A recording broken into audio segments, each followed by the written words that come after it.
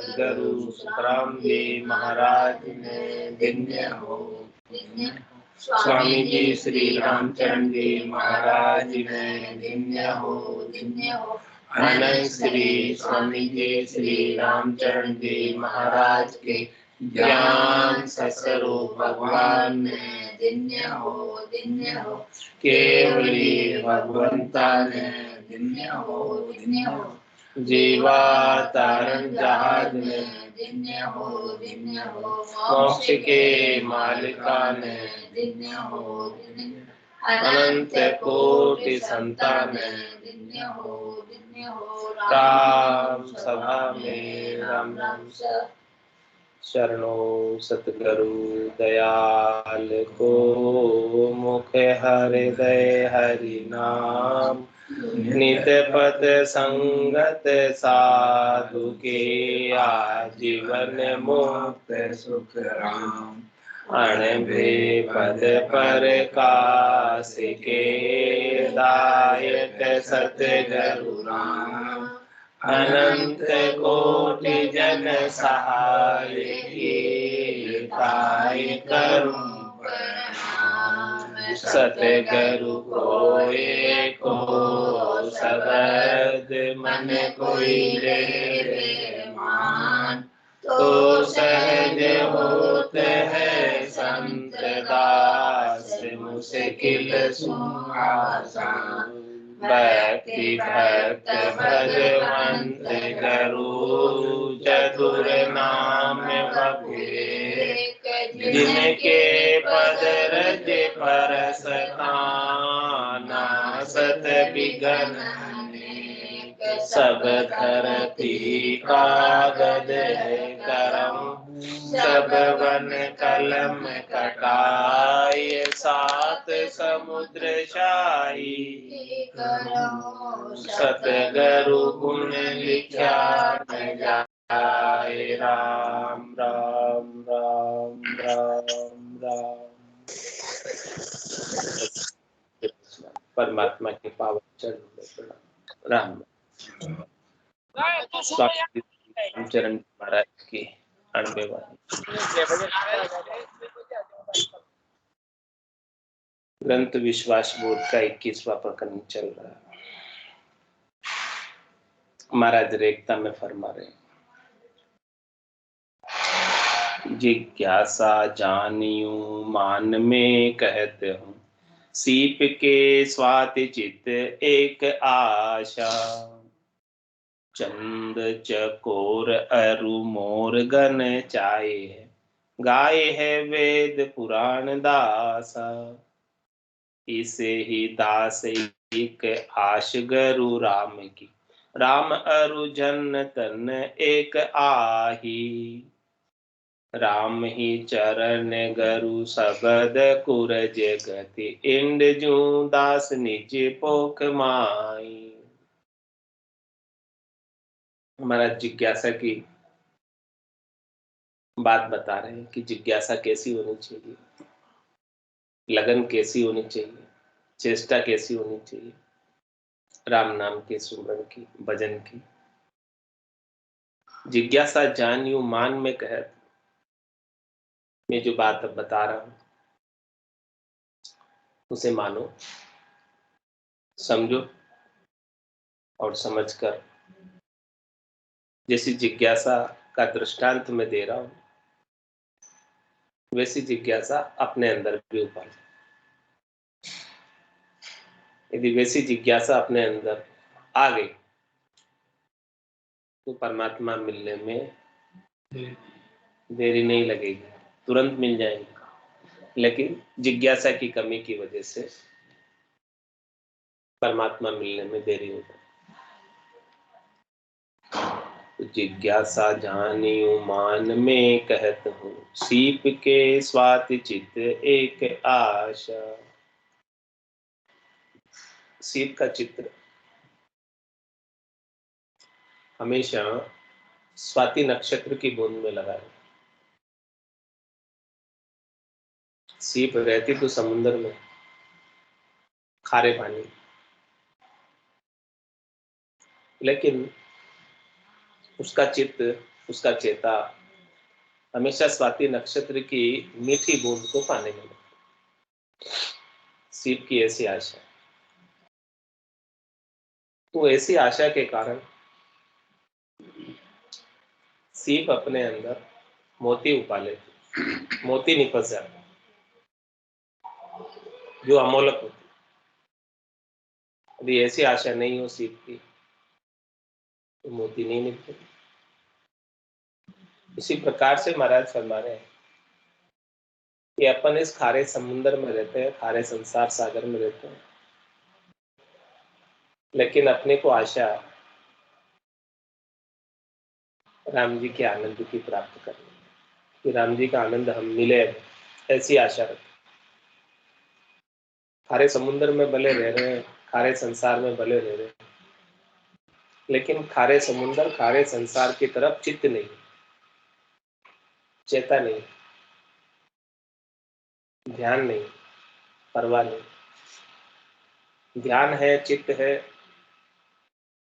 प्राप्त करना है तो जैसे सीप को स्वाति नक्षत्र की बूंद प्राप्त करनी है, ऐसे अपने को परमात्मा का आनंद प्राप्त करना,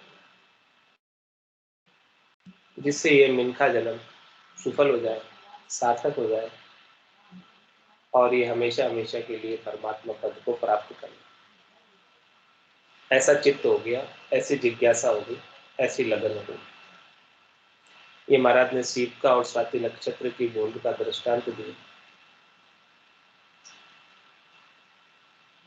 और दूसरा दृष्टांत और महाराज देकर फरमा रहे हैं, चंद चकोर अरु मोर गन चाहे हैं, गाय है वेद पुराण दास। चंद्रमा और चकोर पक्षी की बात है। चकोर पक्षी का आहार क्या है, भोजन क्या है? अग्नि का आहार क्या है? चकोर पक्षी, अग्नि इतनी गर्म होती है, कैसे वो अग्नि को पचा जाता है, कैसे वो अग्नि का आहार कर लेता है? It's 8:15. क्योंकि उसका चित्त, उसकी दृष्टि चंद्रमा, वो चंद्रमा से शीतलता प्राप्त करता है और अग्नि को पचा जाता है। इसी प्रकार से महाराज फरमा रहे हैं कि अपन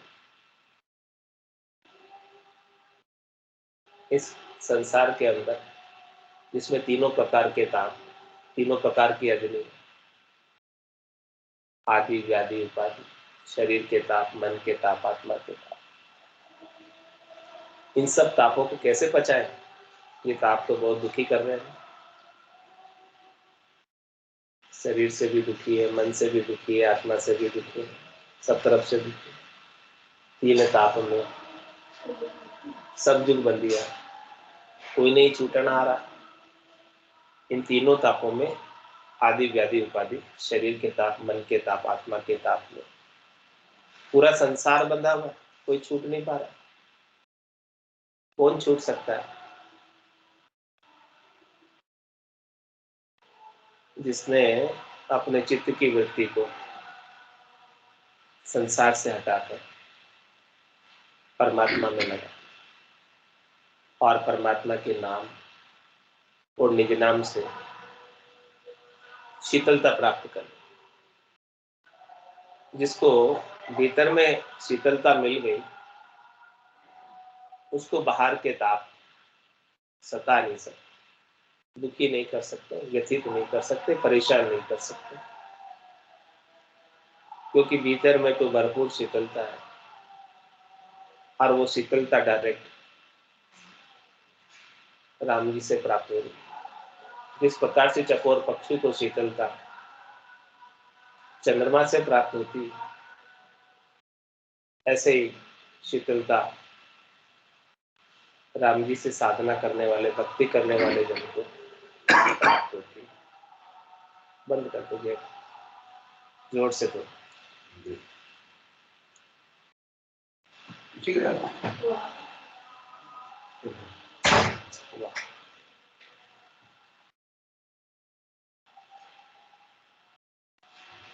तो महाराज हमारे की जैसे जिज्ञासा सीप की स्वाति नक्षत्र की बूंद के प्रति है, जैसी जिज्ञासा चकोर पक्षी की चंद्रमा के प्रति है, जैसी जिज्ञासा मोर की गन के प्रति। गन किसे कहते हैं? बादल। मोर जब बारिश का समय होता है, मौसम होता है और बादल आते हैं काले, तो मोर बोलने लग जाते हैं, पीहू पीहू पीहू। तो उनकी ऐसी आशा है, बड़े खुश होते हैं बादलों को देख मोर,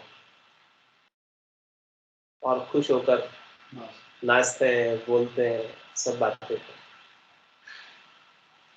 तो ऐसे ही महाराज फरमा रहे कि अपने को राम जी को देखकर, उनके आनंद को देखकर खुश होना चाहिए। तो खुला है वो मांग दे रहे हो तो आपने मांग आप जाए मांग क्या खुदा बहरा हुआ? कंकर पत्थर चून के मस्जिद खड़ी कराई, ते पर मुल्ला मांग दे, क्या बहरा हुआ खुदा? देख लो, ऐसे मांग दे रहे जैसे खुदा बहरा हुआ। आप मांग दे, कंकर पत्थर चून के मस्जिद दे बनाए, ता पर मुल्ला मांग दे, जैसे कोई बहरा हुआ खुदा है। खुदा बहरा है, इसलिए उनको चिल्ला चिल्ला कर कहना।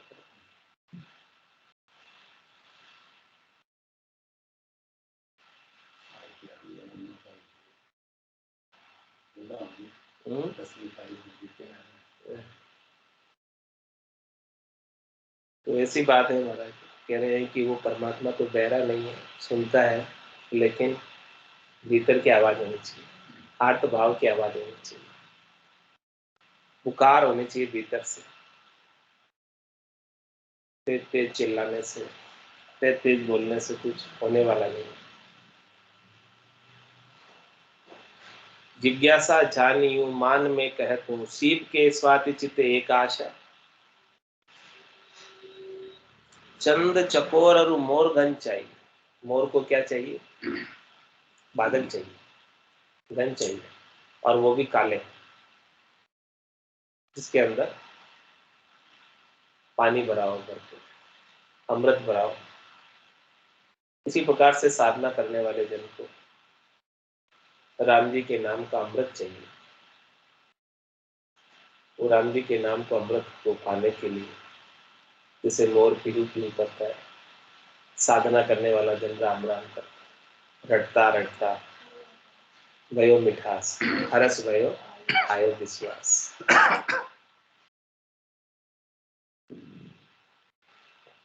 ये बात महाराज कह रहे कि मैं नहीं कह रहा हूं, कौन कह रहे? गाय है वेद पुराण दासा। वेदों में ये बात बताई हुई, पुराणों में ये बात बताई हुई। और जो राम जी के दास हुए, जिन्होंने राम जी की भक्ति की है, उन्होंने सबने ये बात बताई। ये आपके अंदर लगन होनी चाहिए, चेष्टा होनी चाहिए, जिज्ञासा होनी चाहिए। तो कैसी? जैसे सीप की स्वाति नक्षत्र की बूंद के प्रति है, चकोर पक्षी की चंद्रमा के प्रति है, और मोर की बादलों के प्रति है। ऐसी आशा राम जी के प्रति आपकी होनी चाहिए। ऐसा चित्त आपका राम जी के अंदर लगा हुआ होना चाहिए। उसे निकाल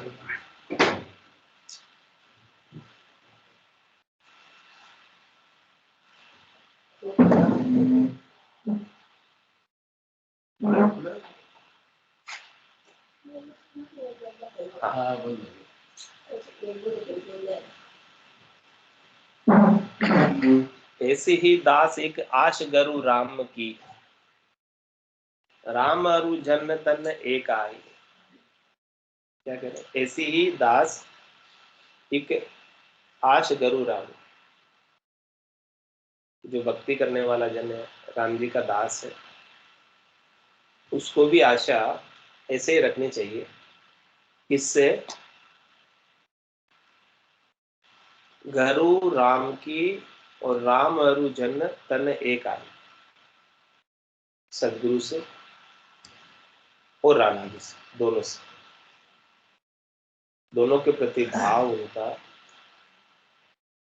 ऐसा होना चाहिए। कैसा? जैसा सीप का किसके प्रति? स्वाति नक्षत्र की बूंद के प्रति। और दूसरा हाँ, चकोर का चंद्रमा के प्रति। और तीसरा मोर का बादलों के प्रति जैसा भाव है, वैसा ही भाव साधना करने वाले, भक्ति करने वाले जन का सदगुरु के प्रति, सदगुरु के ज्ञान के प्रति और राम जी के प्रति होना चाहिए। तो बहुत लाभ मिल जाता है। लाभ किससे मिलेगा? ऐसे भाव से मिलेगा। जितना भाव ज्यादा होगा उतना अधिक लाभ।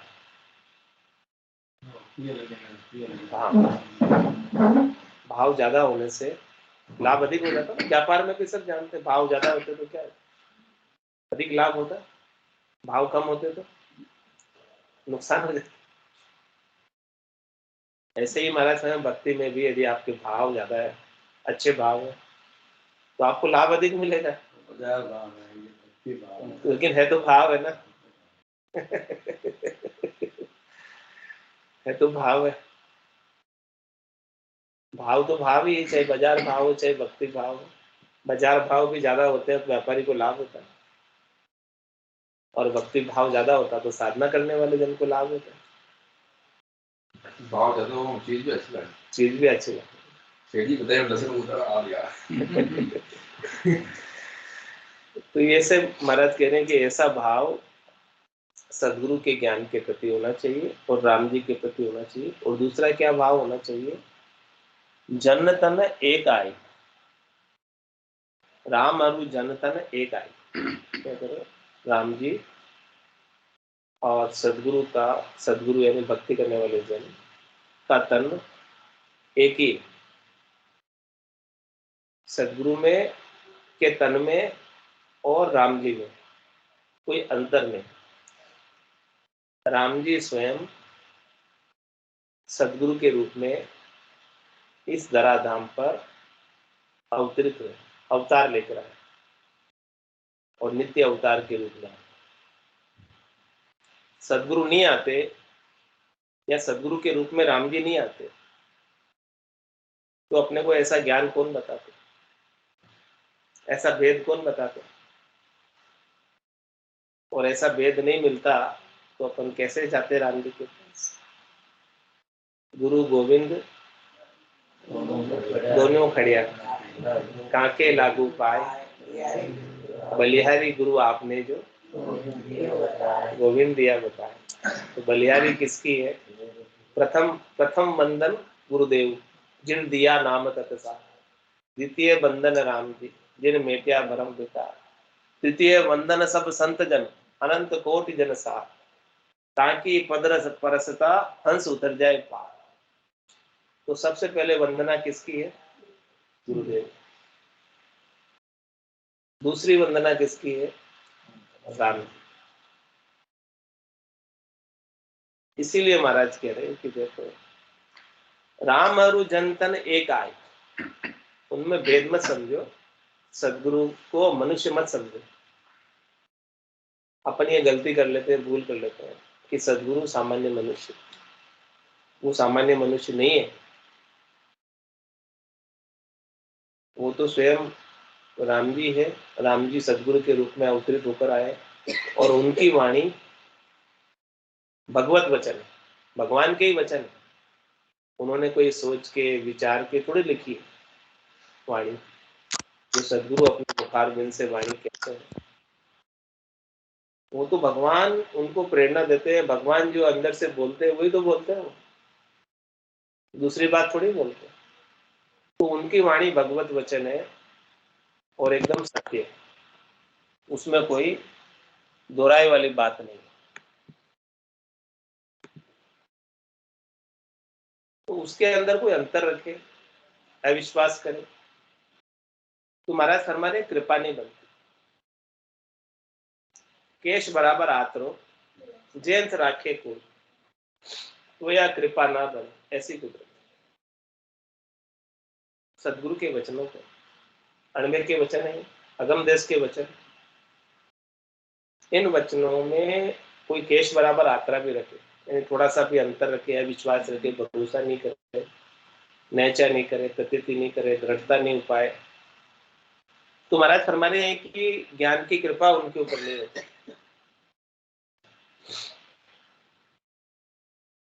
और अच्छे भाव से ज्ञान का श्रवण करेगा तो उसके ऊपर तुरंत कृपा हो जाती। कोई निजमन लाकर सौंप दे, सरल हृदय से ज्ञान का श्रवण करे तो वो ज्ञान उसके हृदय में तुरंत बैठ जाता है। ज्ञान महाराज बैठ जाते हैं हृदय और बैठकर अपना काम कर देते हैं, उसके कल्याण का कार्य कर देते हैं। ऐसी बात महाराज कह रहे हैं। और महाराज आगे दृष्टांत देकर समझा रहे, राम ही चरण गरु सबद है कुरज गति, इंद्र जो उदास निज पोख माए। कुरज पक्षी का उदाहरण देकर समझा रहे। कुरज पक्षी हिमालय में बर्फ के अंदर अंडे देकर आते हैं और फिर काफी दूर चला इधर आ जाता है हिमालय छोड़ के, और उसके अंडे वहीं पड़े बर्फ में।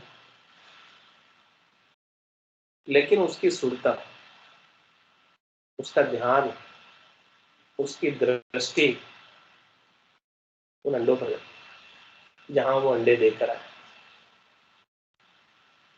दिखता है। हाँ, उसका ध्यान उसका अंडों पर रहता है, दिखता नहीं, ध्यान रहता है उसका, ध्यान रहता है।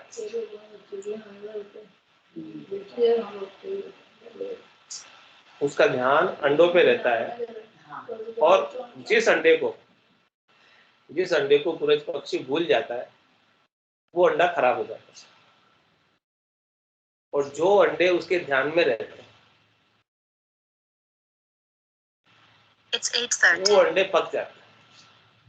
अब वो कुरज पक्षी कहाँ हिमालय में अंडे देके आ गया इधर, लेकिन अब यहाँ से वो ध्यान लगा रहा है, उसकी सुरता अंडों पे, वो ध्यान से सुरता से वो अंडे पक रहे, और जो अंडे को वो भूल गया वो अंडा खराब, और जिस अंडे पे ध्यान है वो अंडा फलीभूत हो जाता है, उसमें से बच्चा निकल आता है पक्का। तो महाराज क्या कह रहे हैं, ये दृष्टांत क्यों दिया, किसको समझाने के लिए दिया?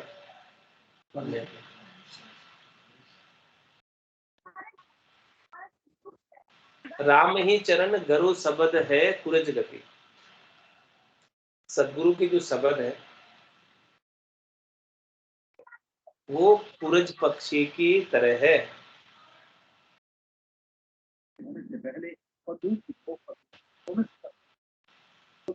इंद्र जू दास निज भोख माई।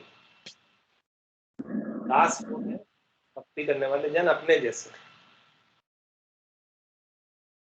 वो अंडे अपन सब कच्चे हैं, भी अपन अंडे हैं। लेकिन सदगुरु का ध्यान जिस शिष्य पर पड़ गया वो शिष्य तो पककर परमात्मा के देश को प्राप्त कर देते, और सदगुरु जिस शिष्य को भूल गए तो वो पकेगा नहीं, कच्चा ही रह जाएगा, और 84 में जाता करेगा। तो सदगुरु का ध्यान अपने ऊपर रहना चाहिए, जिससे कि अपने अंदर ज्ञान पोषित हो जाए।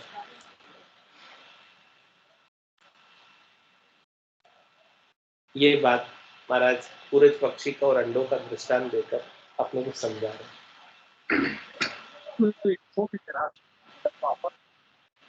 रामचरण गुरु शब्द ज्ञान सुनियो बुरा जीरा मन सुख तब मेरा मन भी। सदगुरु अपने मुखार बिंद से ऐसी ज्ञान की बातें सुनाते हैं, तब ये मन जो है थोड़ा ठिकाने आता है। नहीं तो ये मन तो कुदड़ के लगा था। तो महाराज कह रहे हैं सदगुरु का ध्यान अपने ऊपर बना रहे, उनकी कृपा अपने ऊपर बनी रहे, उनका वरद हस्त अपने ऊपर बना रहे, और अपन भी उनके ज्ञान को शिरोधारी करें, धारण करें। जो वो कह रहे हैं उसकी अक्षर से अनुपालना, कुछ ज्ञान की अवहेलना नहीं हो जाए अपने से, तभी जाके पूर्णता की स्थिति को प्राप्त होंगे, परम पद को प्राप्त होंगे। जहाँ सदगुरु गए उसी गुरुपद देश में अपने को भी स्थान मिल जाए। ऐसी खास बात महाराज निज पोखण की बता रहे। अपना पोखण करना है तो ऐसी लगन चेष्टा अपनी भी होनी चाहिए, और सदगुरु का भी पूरा ध्यान अपने ऊपर होना चाहिए।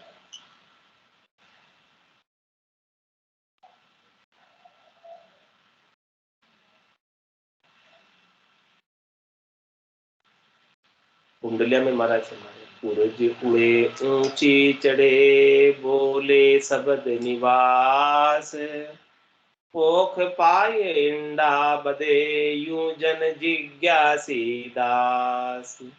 यूं जन जिज्ञासी दास, भाव सर जीवत सोई, मरतक मेली आस, पोख उर भिदे न कोई। राम चरण बरती कहे, परक भावना भास, सूरज उड़े ऊंची चढ़े, बोले सबद निवास। सूरज पक्षी ऊंचा चढ़कर बोलता है और शब्द बोलता है, और उसकी आवाज से, एक तो बताया पहला दृष्टांत सुरता से पोखण पाता है, ज्ञान से पोखण पाता है। दूसरा पोखण किससे पाता है? आवाज से। ऊंची उड़ान भर के और ऊपर से आवाज करके, और पोख पाए इंडा बदे, यूं जन जिज्ञासी दास। और जो अंडा उसकी आवाज को सुनने की चेष्टा करता है उसको पोखण मिलता है, वो बदता है, वो पकता है। इसी प्रकार से महाराज हमारे सदगुरु तो सबको हाथ पाड़ के कह रहे, सबको आवाज दे रहे, सबको ज्ञान सुना रहे, लेकिन किसी के तो ज्ञान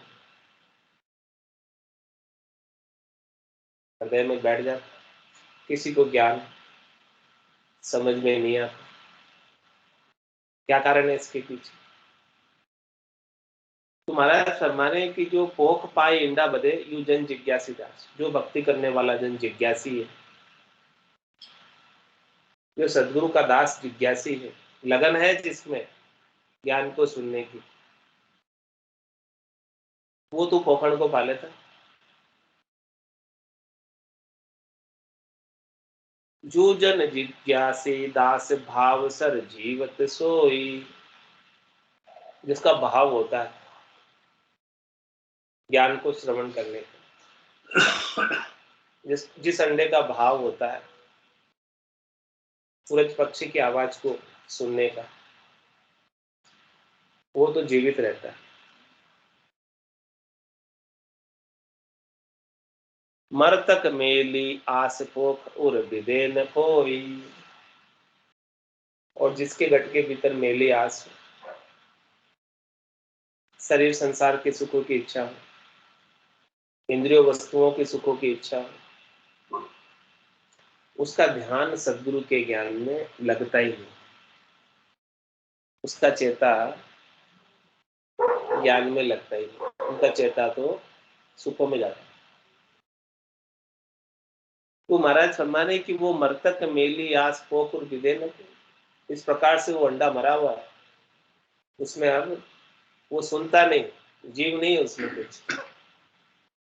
जिसके घट के भीतर ऐसे मेली आस है, वो सदगुरु के ज्ञान को सुनता नहीं। सदगुरु तो सुना रहे सब, लेकिन वो सुनता नहीं। और जब सुनता ही नहीं है तो उसके हृदय में विदता नहीं।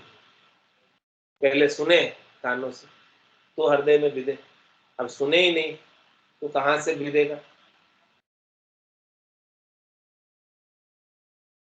राम चरण बरती कहे परख भावना भास।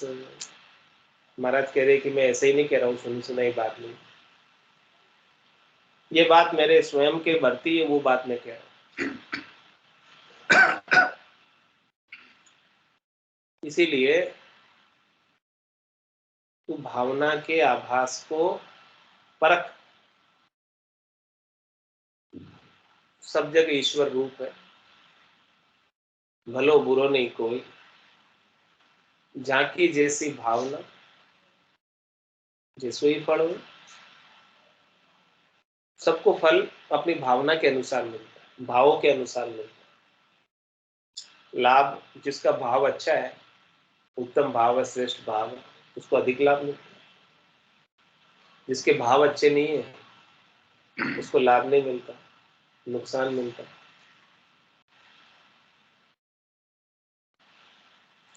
सूरज उड़े ऊंची चढ़े बोले सबद निवास,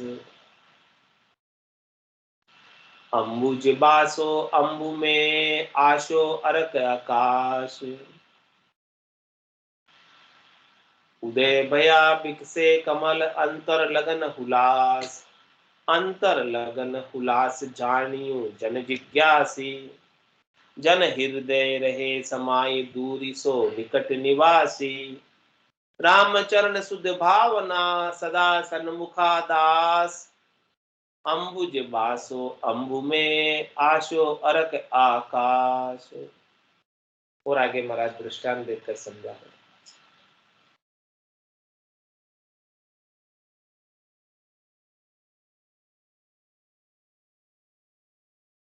अंबुज बासो अंबु में,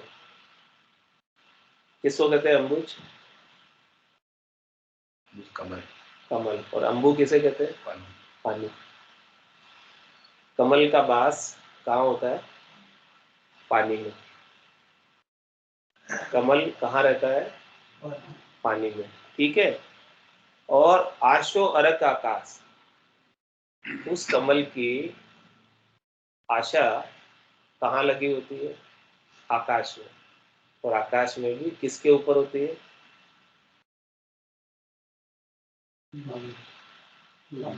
सूर्य का। अरक, अरक किसका नाम है? सूर्य का पर्यायवाची। अर्काय नमः, पर्यायवाची किसका है? सूर्य का। तो कमल जल में रहते हुए उसकी आशा जल पे नहीं है, आशा कहाँ है? आकाश में, सूर्य पर। क्यों आशा बताई आकाश में सूर्य पर?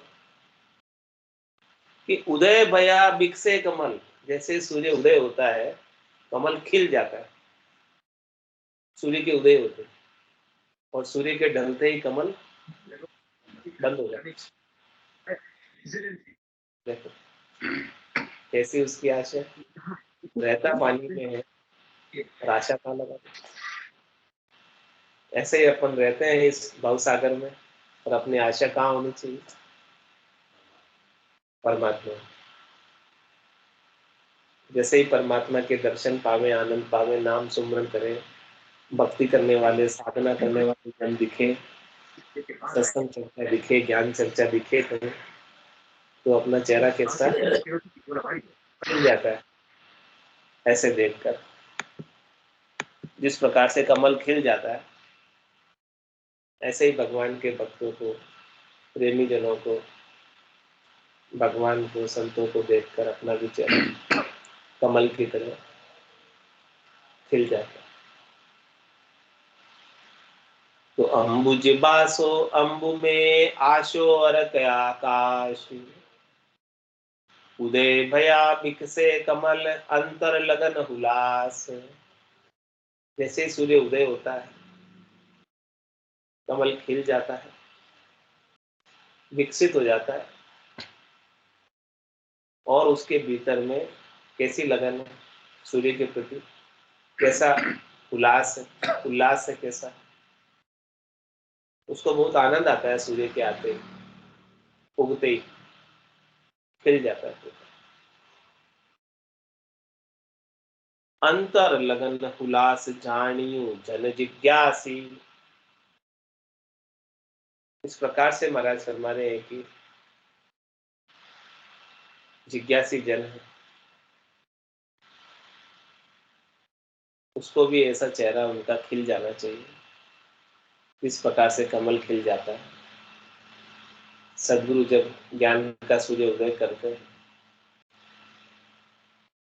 तब भक्ति करने वाले जनों का चेहरा खिल जाना चाहिए। जन हृदय रहे समाई दूरी सो निकट निवासी।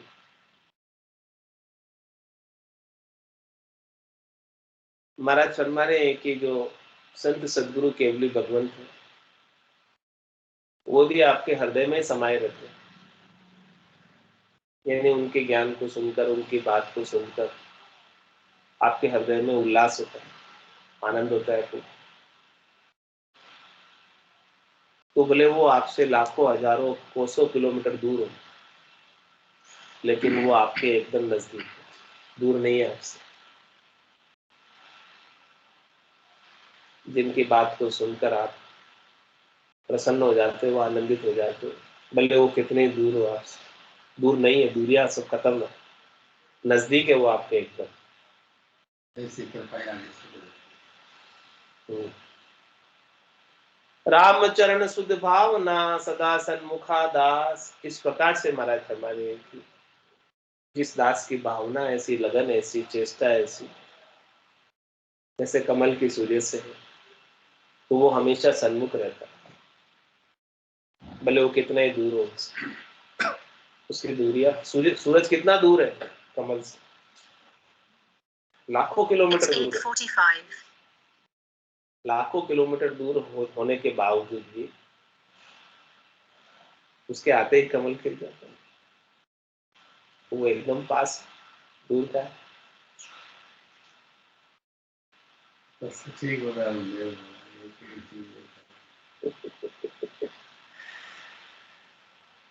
अंबुज बासो अंबु में आशो अरत आकाश। और आगे महाराज देखता में करना, कमल जू अरक यूं घरक मन राम में, जाम अठ नेक भरी नाई टरी है। सदा पर फूल सब भूल भाग रहे, सुरति जागी महादर्श करिए।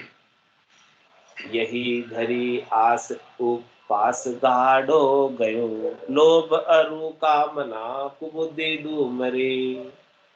राम ही चरण जन निर्मले दास है, निर्मले नाम को नित्य सुमरे।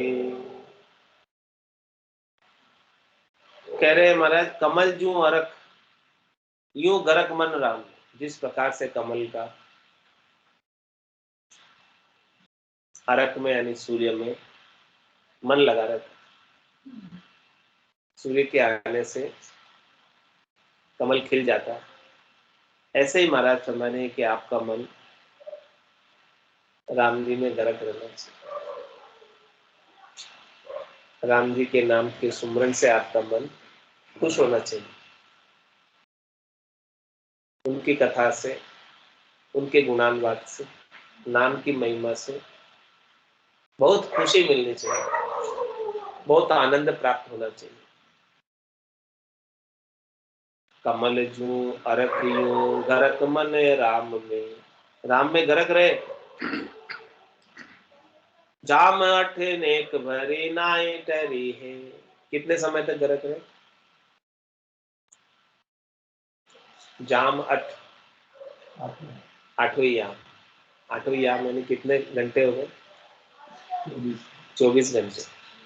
24 ही घंटे आपका मन राम जी में लगा रहता है। कमल का मन भी सूरज में लगा रहता है, वो रात भर भी सूरज में लगा रहता है। जब तक सूरज नहीं आता तब तक वो खिलता नहीं है, रात भर भी इंतजार ही करता है और सुबह होते ही तो खिल जाता है। रात को तो इंतजार कर रहा था, सुबह होते ही खिल जाता है। ऐसे ही महाराज कह रहे हैं कि आपका मन भी राम जी में लगा रहना चाहिए। नेक भरे नाई टरी, एक पल के लिए भी राम जी से अलग नहीं हो, डरे नहीं। सदा पर फूल सब भूल भागी रहे, सुरति जागी महादर्श करी है। और हमेशा प्रफुल्ल रहे। प्रफुल्ल रहने का मतलब प्रसन्न रहे, मुदित रहे, उल्लास बना रहे।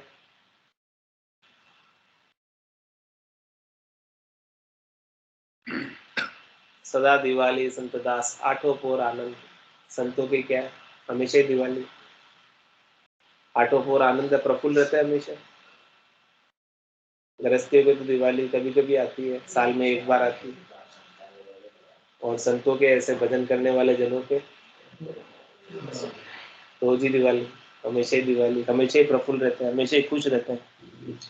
तो सदा पर फुल्ल सब भूल भागी रहे, और जितनी भी भूल है, भरम है, वो सब भाग जाती, नहीं रहती। सुरति जागी महादर्श करी है, अब सुरता जो है जाग गई, जागकर महादर्श करी, राम जी के आनंद का दर्शन कर रही है, राम जी के सच्चे स्वरूप का दर्शन कर रही है, राम जी के सच स्वरूप का दर्शन कर रही है, और उनके दर्शन का आनंद प्राप्त कर रही है। और वो दर्शन घट के भीतर ही हो।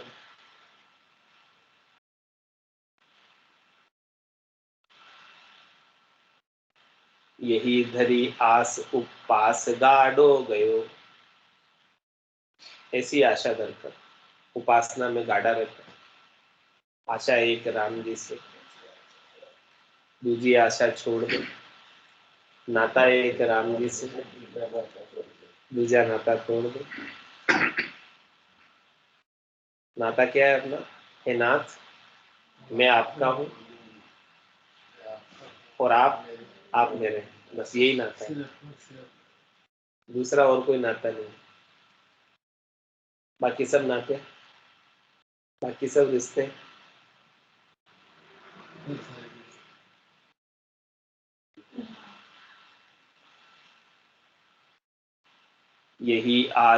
यही धरी आस उपवास गाढ़ो गयो, लोभरु कामना कुबुद्धि धूमरे। इस प्रकार से आशा राम जी से रखकर, राम जी को प्राप्त करने की आशा रखकर, उनके नाम के सुमरण में गाढ़ा रहे, दृढ़ रहे, मजबूत रहे, पक्का रहे, विचलित नहीं हो थोड़ा सा भी इधर उधर। लोभ और कामना कुबुद्धि दो, जितना लोभ लगा हुआ है शरीर संसार के सुखों का, अनेक प्रकार की कामनाएं लगी हुई है शरीर संसार से, और अनेक प्रकार की कुबुद्धियां हैं स्वार्थ पूर्ति की शरीर संसार के सुखों की, उन सबको हटा दो, उन सबको मिटा दो। राम ही चरण जन निर्मले दास है, ऐसे भक्ति करने वाले जन निर्मल दास, उनके गट के भीतर स्वार्थ पूर्ति का कोई मल नहीं है, कोई विकार नहीं। निर्मले नाम को नित्य सुमेरे, और ऐसे निर्मल नाम को हमेशा सुमरण करते। और ये नरदेही भी निर्मल कब होती है? नाम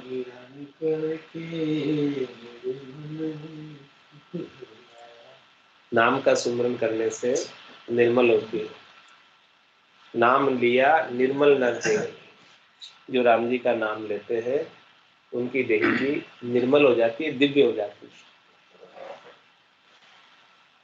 तो ऐसे निर्मल नाम को नित्य सुमरे, ये मल से रहित नाम है, विकार से रहित नाम है, पाप से रहित नाम है, पुण्य से रहित नाम है, भरम से रहित नाम है, कर्म से रहित नाम है, सुख से रहित नाम है, दुख से रहित नाम है, और ये सबको जन्म मरण से रहित कर दिया, निर्मल कह दिया, निर्मल कर दिया।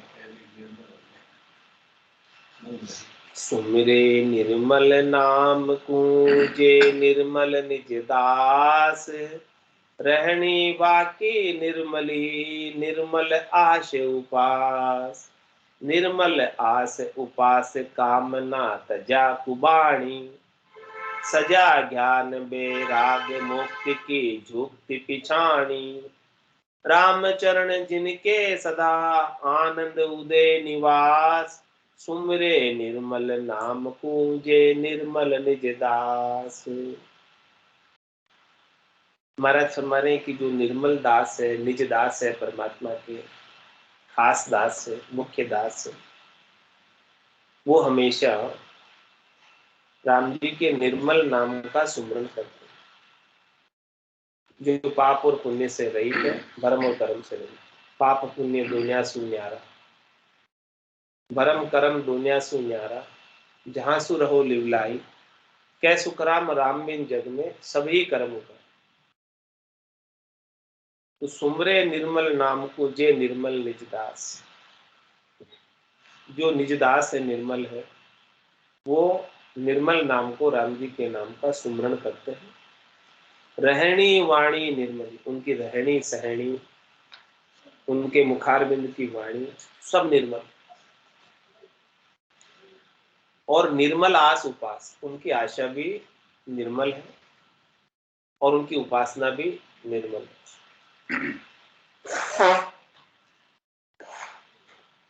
आशा निर्मल का क्या तात्पर्य है कि उनकी आशा में शरीर संसार के सुखों का भेल नहीं। कहे सुखराम दान देवो साईं, परम पद बिना लेशु में न। हे परमात्मा राम जी, आप हमें कृपा करो और दान में हमें ऐसी वस्तु दो कि जिससे हमें हमेशा हमेशा के लिए परम पद मिल जाए, आनंद पद मिल जाए, आपके चरणों में स्थान मिल जाए, निजगर मिल जाए, और इसके अलावा मुझे और कुछ चाहिए नहीं। त्रिलोकी के सुख, राज, त्रिलोकी के पद पदवियां हमने अनंत जन्मों तक देखी है, भोगी है, लेकिन इनको देखने से, भोगने से कभी हमको तृप्ति मिली नहीं। जब तक हम आपके चरणों में नहीं आ जाएंगे, आपके निजगर में नहीं आ जाएंगे, तब तक हम तृप्त नहीं होंगे और हम इस संसार में भटकते रहेंगे। इसीलिए हमें आप देना ही है कुछ, आप हमारे ऊपर प्रसन्न हैं, कुछ देना चाहते हैं, तो अपने चरणों में स्थान दे दो, बस। इसके अलावा हमें और कुछ नहीं चाहिए।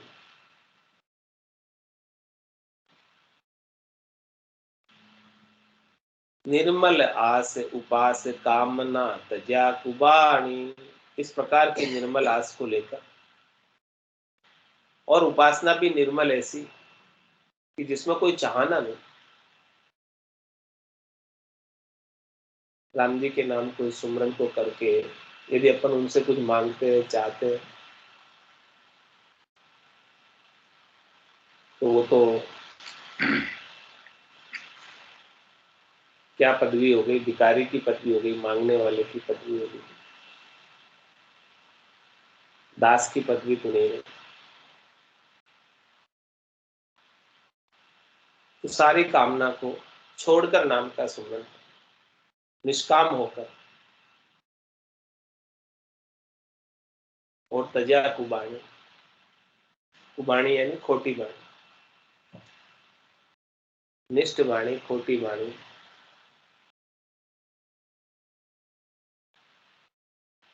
को छोड़कर राम जी के नाम का भजन करें। सजा ज्ञान बेराग मुक्ति की ज्योति पिछाणी, इस प्रकार से महाराज फरमाने कोई भजन करे तो उसके ज्ञान बेराग सज जाता है।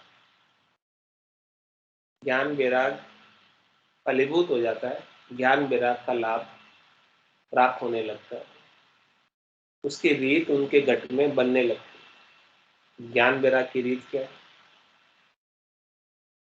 ज्ञान वैराग यूं जान,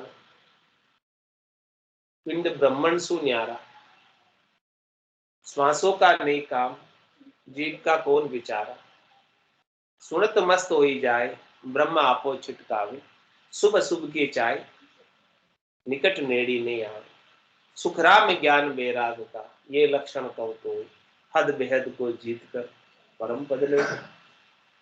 जिसको ऐसा ज्ञान वैराग जागृत हो गया, वो तो परम पद को प्राप्त कर लेता है, अनंत पद को प्राप्त कर लेता है।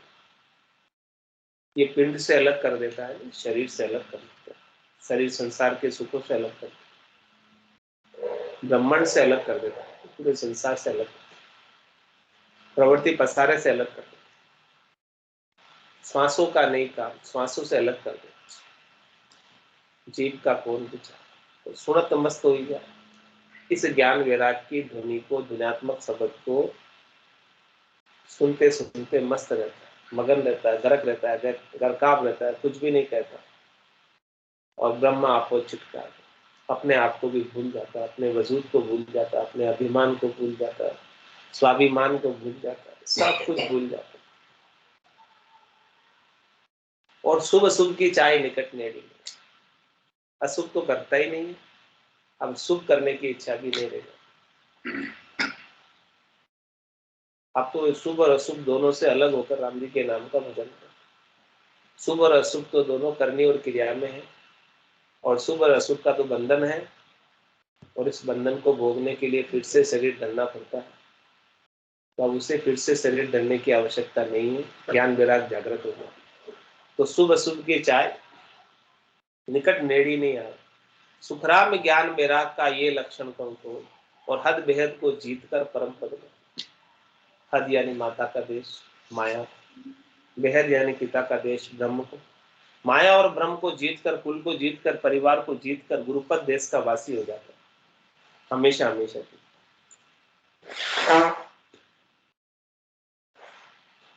It's 9 o'clock. तो सजा ज्ञान बेराग मुक्ति की जुक्ति पिछाणी, महाराज कह रहे मुक्ति की यही जुक्ति है, जिसके ज्ञान वैराग सज गया उसे मुक्ति की युक्ति मिल गई, मुक्ति का भेद मिल गया, मोक्ष प्राप्ति का भेद मिल गया।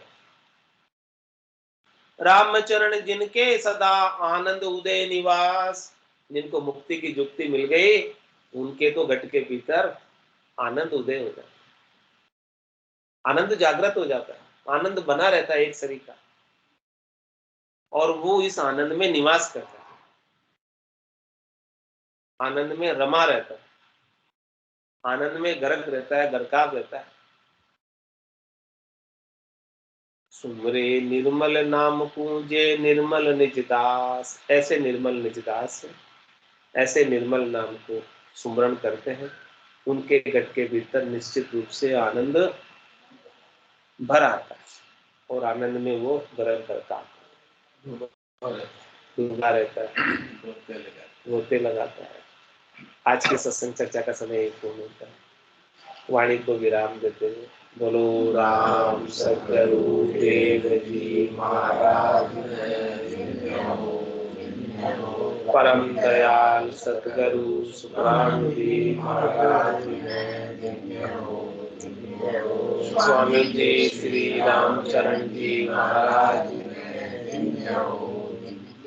अनंत श्री स्वामी जी श्री रामचरण जी महाराज की ज्ञान सतस्वरूप भगवान में धन्य हो, धन्य हो, केवली भगवंता में धन्य हो, धन्य हो, जीवात्मा में धन्य हो, धन्य हो, मोक्ष के मालिका में धन्य हो, धन्य हो, अनंत कोटि संतान में धन्य हो, राम सभा में राम राम सा, राम राम सा, राम राम सा, सभा में राम राम सा।